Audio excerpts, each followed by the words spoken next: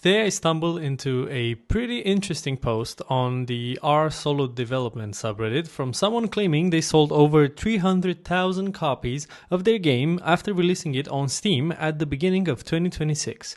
And apparently it all started 4 years earlier with a demo on itch.io that got over 1,000 plays in its first 24 hours. Why am I telling you this? Because as an aspiring dev myself, and by aspiring I mean I enjoy imagining myself developing games while taking no actual steps towards doing it, I find this kind of story extremely motivating.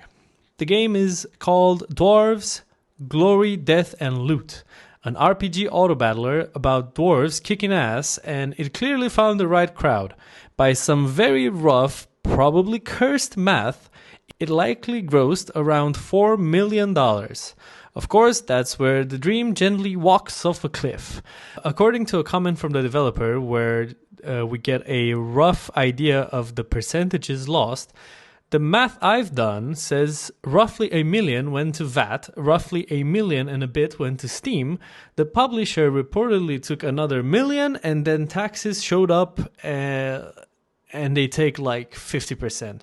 So the end result was something more like $700,000 to $800,000 for the dev, which yes is still a very nice amount of money. But it is also a brutal reminder that gross revenue and what the dev actually gets are two very different species.